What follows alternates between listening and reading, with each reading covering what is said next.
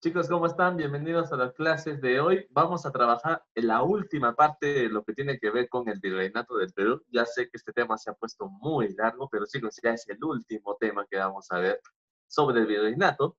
Y vamos a empezar ahora o vamos a pasar a hablar de lo que es la educación, el arte y también un poquito de la religión. ¿Ya? Y con esto terminamos. Educación. Bueno, como ya lo habíamos explicado, hablamos de ciertos centros de estudio, ¿no? Están los colegios reales o también llamados colegios mayores. En estos colegios se enseñaba lo mismo que se enseñaba en la universidad, ¿no? Por ejemplo, acá estamos viendo algunas imágenes de ese colegio que quedaba, por ejemplo, este que estamos viendo acá en esta parte es del Cusco. A ver, ¿cuál era la diferencia en todo caso? Si se enseña lo mismo, ¿por qué existe la universidad? Es que el colegio mayor, esos colegios reales, que era para la gente, para los españoles precisamente, no otorgaban títulos o grados académicos, es decir, bachiller, doctor en cierta especialidad. Para eso, uno estudiaba en un colegio mayor, pero igual tenía que ir a la universidad, pero ya solamente a rendir unos exámenes para obtener el grado académico, tal como dice acá en el segundo punto. Luego, las universidades. Las universidades, sí, más bien, eran centros de estudios superiores. En el segundo dice, entregaban grados académicos. Esa era la gran diferencia entre una universidad y un colegio mayor. Luego, ¿qué cursos enseñaban? Es igual, lo mismo este tema de las universidades ya lo vimos porque en la Edad Media aparecen las universidades en Europa, ¿no es cierto? Bien, en el Perú también se enseñaba filosofía, arte, derecho y también teología. Acá faltaría medicina, pero bueno, más adelante, ya después, se fundaría una escuela de medicina. Y después ya posteriormente se incluiría también eh, dentro de las de universidades, ¿no? Listo. Luego dice, vamos a mencionar ahora cuáles son las universidades más importantes que se crearon durante la colonia y que al día de hoy incluso todas estas están en funcionamiento. Por ejemplo, la Real y Pontificia Universidad San Marcos, hoy en día llamada Universidad Nacional Mayor de San Marcos, fue fundada en el año 1551 y de hecho, y por esto, por la fecha, pues estaríamos hablando de la universidad o la primera universidad en todo el continente americano. Por eso, la Universidad de San Marcos, que queda en la ciudad de Lima, es llamada también la Decana de América, por ser la primera universidad en este continente. Luego podríamos mencionar a otra universidad que se encuentra en Ayacucho, la Universidad de San Cristóbal de Huamanga, en la ciudad de Ayacucho. Esta universidad ya más que nada en la sierra. Luego, la ciudad imperial, la ciudad capital del Tahuantinsuyo, también tenía que tener su universidad. Así se fundó en 1692 la Universidad de San Antonio Abad del Cusco, hoy en día llamada Universidad Nacional San Antonio Abad del Cusco, UNSAAC.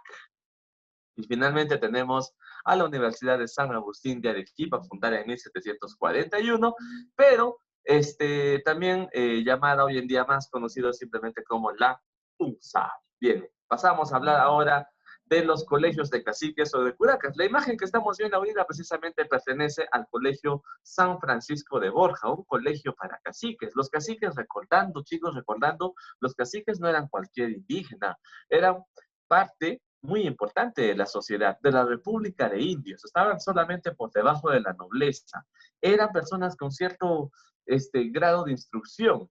¿Por qué? ¿Dónde aprendían todo eso? Precisamente en el colegio de caciques. Como dice ahí en el punto, los curacas eran importantes para la administración colonial y por eso los españoles tenían mucho cuidado en qué, en que los caciques reciban precisamente educación, que aprendan la doctrina cristiana, como dice ahí en el segundo punto, que aprendan gramática, aritmética para hacer los cálculos y eso sí, latín. Tenían que aprender latín, pues de todas maneras. Además de literatura, buenos modales. Recuerda que a los caciques se les llamaba don, ¿no es cierto? Don antes de su nombre, don José, digamos. Ya, a ver, ¿qué colegios de caciques había? Había uno muy importante en Lima, que se llamaba Colegio de Príncipe, y otro en la ciudad de Cusco, que es el Colegio San Francisco de Borja, que precisamente es el que te estoy mostrando ahorita en la foto. Lugar donde a cargo de la educación se encontraban unos religiosos que eran los jesuitas. Ahorita vamos a hablar también de ellos. Alguien importantísimo para la historia del Perú precisamente estudió en el Colegio San Francisco de Borja, un cacique, el cacique José Gabriel Condorcanqui, que más conocido sería después como Túpac Amaru II. ¿Y qué cosas son los colegios seminarios? Los colegios seminarios es donde se formaban a los futuros sacerdotes, ¿no? Eran lugares especiales donde se les enseñaba la doctrina porque en las familias de la colonia era algo así como muy importante que por lo menos uno de los hijos aprendiera, sea sacerdote. Bien, pero acá me he pasado, perdón, estoy pasando acá algo. Y me he saltado esta parte, discúlpenme chicos. Primero tenía que hablar acerca de las características que tiene la educación. Bien, como bien, esta diapositiva está antes de lo que son los centros de estudios, ¿ya? Entonces, bueno, ustedes cuando hagan su resumen, lo hacen en el orden que deseen. Eso es lo de menos. Entonces, bueno, las características de la educación, ya la habíamos explicado también, ¿no es cierto? La educación es elitista porque solamente es para ciertas clases sociales. Es dogmática porque todos los conocimientos no se cuestionan, ya que el Estado controla qué es lo que se enseña, no se le puede decir nada al profe, ¿ya? Y era memorística porque solamente repetían y no se aprendía algo así por cuenta propia como hoy en día, ¿no es cierto? Ustedes tienen que pensar, no repetir todo como loritos. Bien, la estructura de los estudios. Las primeras letras. Esto quiere decir que podría ser como la primaria, ¿no es cierto? Aprendían lectura, aprendían escritura, aprendían, como dice ahí, aritmética básica y doctrina cristiana. Luego vendrían los estudios menores, que eran lecciones de latín. ¿Por qué tenían que aprender latín? El latín era el idioma que se hablaba durante el Imperio Romano, ¿no es cierto? Y era también el idioma, podría decirse, que utilizaba la Iglesia Católica oficialmente. Ahora, muchas de las enseñanzas estaban a cargo de religiosos. Los religiosos, sobre todo los jesuitas, se hacían cargo de la educación aquí en el Virreinato del Perú. Y por eso las lecciones se daban en ese idioma. Si las clases se iban a dar en latín, obviamente tenían que aprender primero a hablarlo bien. Por eso se les enseñaba. Como parte de los estudios menores, lecciones de latín. Luego pasaban a los estudios mayores, y esto ya podría decirse que es ya cuando ya están a punto para ingresar ya a la universidad.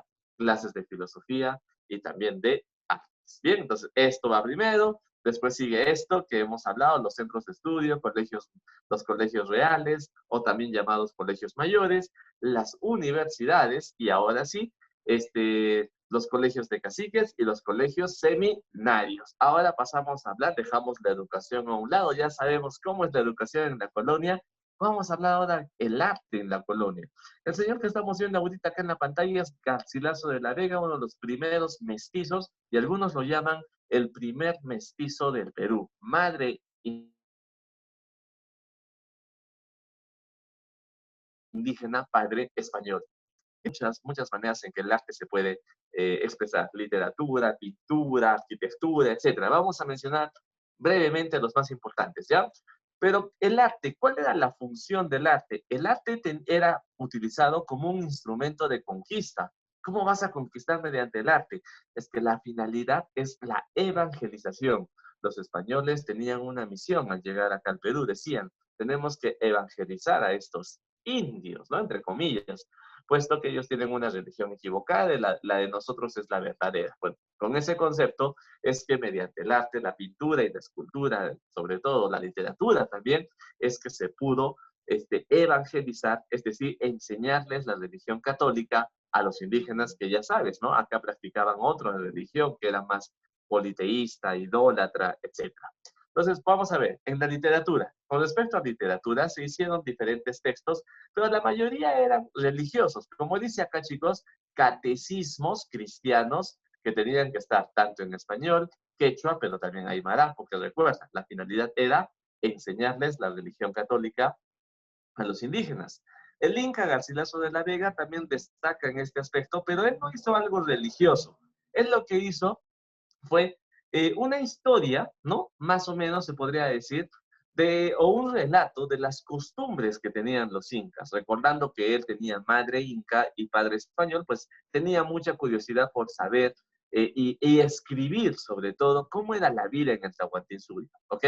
Sin embargo, hay algunos detalles de Garcilaso de la Vega que algunos historiadores ya actuales y también antropólogos cuestionan un poquito lo que Garcilaso escribía. Sin embargo, como pieza literaria, sigue siendo una obra importante. ¿De qué obra estamos hablando? ¿Qué obra escribió el Inca Garcilaso de la Vega? Los comentarios reales de los incas. Seguimos, música. En cuanto a música, este tiene elementos andinos, pero es una fusión de elementos andinos, europeos y hasta afroamericanos. Recordando que precisamente llegaron africanos en calidad de esclavos, ¿no? Entonces, la música en el Virreinato del Perú era una combinación de diferentes influencias y factores. Y también la música se utilizó para evangelizar. Recuerda, el arte en el virreinato, ese es su principal objetivo. Mediante cánticos, alabanzas, es que también se utilizaba en la catequesis. Y la orfebrería, sabemos que la orfebrería es el trabajo en los metales, ¿no? Bien, recordamos, a ver si se pueden contestar ustedes mismos, ¿cuál era el metal que más extrajeron los españoles durante el virreinato? Es la plata de Cerro Potosí. Así que plata había en abundancia. Por lo tanto, en cuanto al arte de la orfebrería, se hicieron instrumentos de plata. Los plateros, como dice acá abajito, los plateros eran muy cotizados en las clases altas. O sea, las familias de la nobleza siempre buscaban plateros para que les hagan adornos, ¿no? Objetos preciosos para tener en la casa, para ponerse en la ropa, hechos de plata. Entonces los plateros tenían bastante chamba en esos años. Y dice, el uso de la platería pues daba una distinción social, o sea, era como que usar plata te daba cierto estatus. Por eso los plateros eran tan solicitados. Muy bien, pasamos ahora a hablar del arte colonial, pero de la pintura. Y eso lo hemos visto también. Tenemos dos escuelas de arte de pintura. La escuela limeña y la escuela cusqueña. La escuela limeña surgió en el siglo XVI con los primeros españoles que llegaron. Tiene una influencia, como dice acá, influencia de España y de Italia, pero sobre todo de italianos. Entonces, cuando hablamos de las pinturas de la escuela limeña, también se le llama escuela italiana, por eso, vamos a ver retratos como el que estamos viendo acá arribita, ¿no? La Virgen, representada con características europeas, ¿no es cierto? ¿Por qué? Porque como la influencia precisamente viene del Renacimiento, ¿se acuerdan? El tema del Renacimiento ya lo hemos estudiado, ¿no es cierto? Cuando hablamos de Leonardo da Vinci, de Miguel Ángel, de Rafael, ahí explicamos que en Italia se estaba dando el Renacimiento. Bien, ¿quiénes son los fundadores de la escuela limeña? Precisamente son italianos que ya tienen ese conocimiento del Renacimiento y lo traen aquí al Perú. Fruto de eso tenemos estas pinturas. Pero aparte de la escuela limeña, tenemos a la escuela cusqueña. La escuela cusqueña surge entre el siglo XVII y XVIII, en el sur andino, o sea, en Cusco, pero retrocedamos, pero influyó en gran parte del sur andino, entre Puno, Arequipa, toda esta zona. Como su nombre lo indica, la mayoría de artistas van a ser cusqueños, es decir, como dice acá, talleres de artistas indígenas, son pintores indígenas. Entonces representan a los personajes religiosos, a Cristo, a la Virgen, ¿sí? Pero los representan con trajes coloridos, bien vistosos, típicos trajes andinos. Por ejemplo, la Virgen que estamos viendo acá abajo. Vemos la Virgen llevando al niño Jesús en uno de sus brazos, pero el traje que lleva es bastante colorido con rasgos netamente andinos. Esa es una característica de la escuela cusqueña y a mi parecer es incluso más original que la escuela limeña, ¿no? Que tenía más influencia desde Europa. Entonces, se representaban así. Y también hay una reafirmación inca, pues las clases altas, recuerden, en la República de Indios hay una clase alta que es nobleza, incluso también encargó la elaboración de cuadros de los incas, o sea, un cuadro de Tupac Yupanqui, un cuadro para Pachacútec, para representar cómo hubiesen sido los incas en aquel, representados en pintura. Y son pinturas muy bonitas, ¿ah? Pasamos a otro tipo de arte. Ahora hablamos de la arquitectura. También ya hemos trabajado esto, chicos. La arquitectura, estilo barroco, estilo rococó y estilo neoclásico. Son tres estilos de arquitectura que aparecieron aquí en el Virreinato del Perú. Como podemos ver, el estilo barroco dice, mucha recargada ornamentación, o sea que adorna mucho, tiene muchos adornos, sobre todo en la fachada. Mira, si vemos acá esta iglesia, esta es la iglesia de la Merced en Lima, es de estilo barroco y vemos todos los detalles que tiene, ¿no es cierto? La Catedral de Cusco también es de ese estilo. ¿Listo? A ver, entonces representaciones de plantas y de personas ahí talladas en la estructura de la catedral. Listo. Pasamos al estilo rococó. El estilo rococó, también llamado barroco francés, obviamente es una moda impuesta desde ese país. Como por ejemplo lo que estamos viendo acá abajo, que este es el Paseo de las Aguas, y por aquí tenemos la Iglesia de las Nazarenas. Estas construcciones quedan en Lima, ¿ya? Y vemos, por ejemplo, que ya no hay tantos adornos como la catedral que sí está acá arriba. Ya no hay tantos adornos. Es menos la ornamentación, tienen balcones redondeados y grandes espacios interiores. Finalmente está el estilo neoclásico, este ya es un poquito ya más reciente, y es el renacimiento, dice, de las formas grecorromanas. O sea, nos hace acordar un poquito a la arquitectura griega romana, por eso le dicen neoclásico, ¿ya? Y esto donde lo vemos sobre todo en el cementerio Presbítero Maestro, por ejemplo, está acá, este es un cementerio que queda en la ciudad de Lima, pero es un cementerio de la época de la colonia, y vemos bastantes estructuras que nos representan, no sé si estas columnas a ustedes les hace acordar a las columnas griegas, ¿sí? Entonces, ese es el estilo neoclásico. Y otro gran referente, pues, es la Catedral de Lima, que ya es de una época un poquito más antigua, pero poco a poco le fueron haciendo modificaciones para darle la apariencia de un estilo neoclásico, ¿ok? Listo. Ahora de la escultura también tenía una función evangelizadora, ¿no? Las típicas imágenes de vírgenes y todo esto, reconociendo, por ejemplo, algunas de ellas, ¿no? Por ejemplo, esta, la Virgen del Rosario. Otra manera dice que acá, perdón, acá está mal escrito, es representan ¿qué cosa? Representan a la pasión de Cristo, o sea, Cristo crucificado, y también a la Virgen María. Difunden expresiones de dolor y de ternura. Y también dentro de la escultura tenemos los retablos, púlpitos y la sillería. O sea, esto último, muchachos, retablos, púlpitos y sillería, tiene que ver más con trabajos en madera, ya no tanto en cerámica, en bronce y cosas así. Como por ejemplo lo que estamos viendo acá abajito. Esta sillería, o sea, son sillas, muchachos, es del coro de la Catedral de Lima. O sea, ahí se sentaban los coristas y empezaban a hacer los cánticos precisamente en las reuniones religiosas. Y acá hay otra escultura que es la alegoría de la muerte, que hoy en día se encuentra en el Templo de los Agustinos, en Lima también. Terminamos hablando de lo que es la iglesia. Chicos, cuando hablamos de la iglesia, estamos hablando de una institución muy importante en el Perú, ¿ya? Y vamos a definir algunas frases aquí. Por ejemplo, ¿cómo era la iglesia en el virreinato? El regio patronato, ¿qué cosa es eso? En los virreinatos, tanto en México como en Perú, la iglesia no estaba dirigida directamente por Roma, es decir, por el Papa, sino mediante el regio patronato le habían dado a los reyes de España absoluto poder para que ellos sean quienes dirijan la iglesia. Por eso es que al Perú se hizo un énfasis bien fuerte en en la evangelización de los indígenas. Otras cosas importantes son, por ejemplo, el diezmo, que es el 10% de las cosechas, ¿no? De la producción agrícola que se tenía que pagar a la iglesia. O, por ejemplo, la primicia, como dice acá. La primicia, ¿qué es la primicia? Es la primera cría del ganado, también se tenía que entregar a la iglesia. Era una ofrenda que se tenía que dar, ¿ok? ¿Cómo estaba organizada la iglesia? Había una organización territorial, es decir, había las parroquias, las doctrinas y las misiones. El que está encargado de las parroquias se le dice párroco, ¿no? El de las doctrinas, doctrinario. Y el de las misiones, misionero. ¿Cuál es la diferencia? Los párrocos se hacían cargo en las ciudades, o sea, las catedrales, ¿no? Los templos ahí para los españoles. Pero cuando hablamos de las doctrinas, estos eran personas que enseñaban a los indígenas en la sierra. Y las misiones era para indígenas que se encontraban en la selva. Terminamos con esto, muchachos, que tiene que ver ahora con las órdenes religiosas. Las órdenes religiosas, ¿a qué nos estamos refiriendo? Dentro de la Iglesia Católica hay grupos, ¿no? Órdenes religiosas que de repente fueron fundados por algún santo, por algún personaje importante dentro de la Iglesia. Por ejemplo, ¿qué se llama?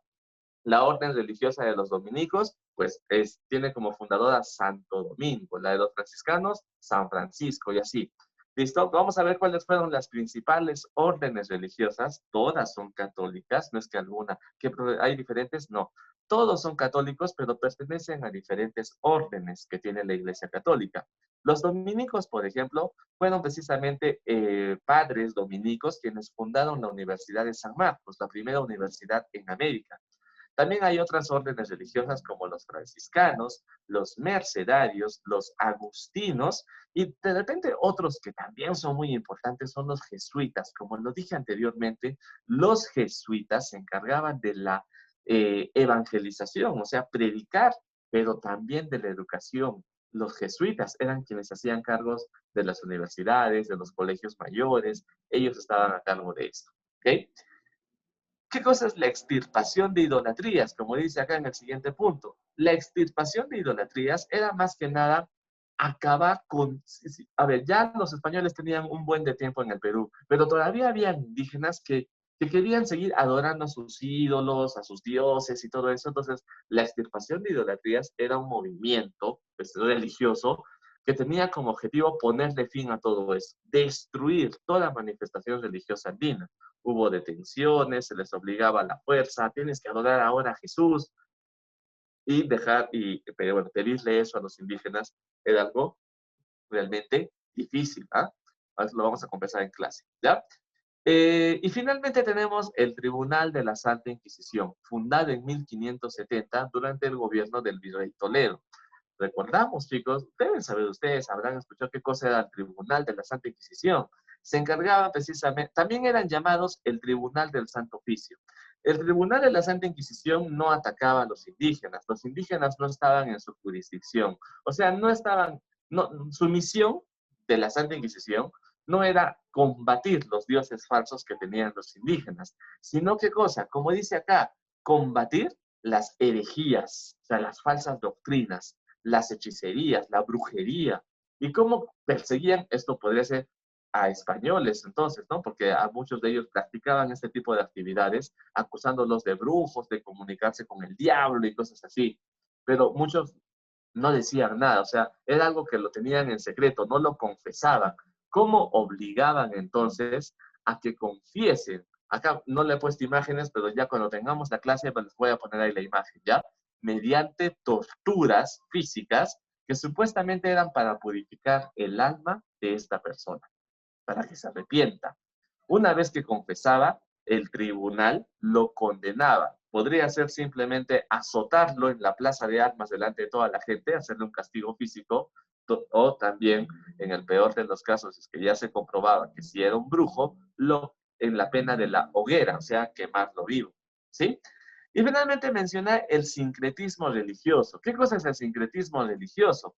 Es la asimilación gradual del catolicismo por parte de los indígenas. O sea, los indígenas al toque no aceptaron ser católicos, fue algo que se dio gradualmente, pero a pesar de que no les quedó de otra que aceptar esta religión, disimuladamente los indígenas mezclaban sus creencias que ellos tenían indígenas, ¿no? Andinas, perdón, la palabra es andinas, con la religión católica. O sea, hubo un sincretismo, hubo una especie de mezcla, que hasta el día de hoy, si ustedes se van a los pueblos alejados, ahí a las alturas, precisamente los hombres del campo, los indígenas actuales en el Perú, practican el catolicismo, pero a su manera. Lo combinan con sus tradiciones, con sacrificios de llamas, en la adoración a los apus, o sea, a las montañas, a los cerros, pero al mismo tiempo adoran a la Virgen y a Jesús, ¿no? O sea, es un sincretismo religioso bastante interesante y que precisamente incluso es el factor de mucho turismo que atrae acá al Perú. También mencionar, y con esto acabamos por fin, dos santos importantes durante la época de la colonia, no dos santos limeños que han sido canonizados. Por eso canonizar significa que ahora son santos. Antes se llamaba Rosa, antes se llamaba simplemente Martín, pero la Iglesia Católica los ha canonizado. Ahora es Santa Rosa de Lima y San Martín de Porres. Dos referentes culturales muy populares en Lima, culturales y religiosos, ¿ya? Que hasta el día de hoy tienen gran influencia entre la gente. Listo, con esto hemos terminado así todito lo que tiene que ver con el virreinato y es nuestro último tema que vamos a trabajar. ¿Ya, chicos? Hasta aquí entonces nuestra clase de hoy. Ya nos estamos viendo en el Zoom. Cuídense y gracias por su atención.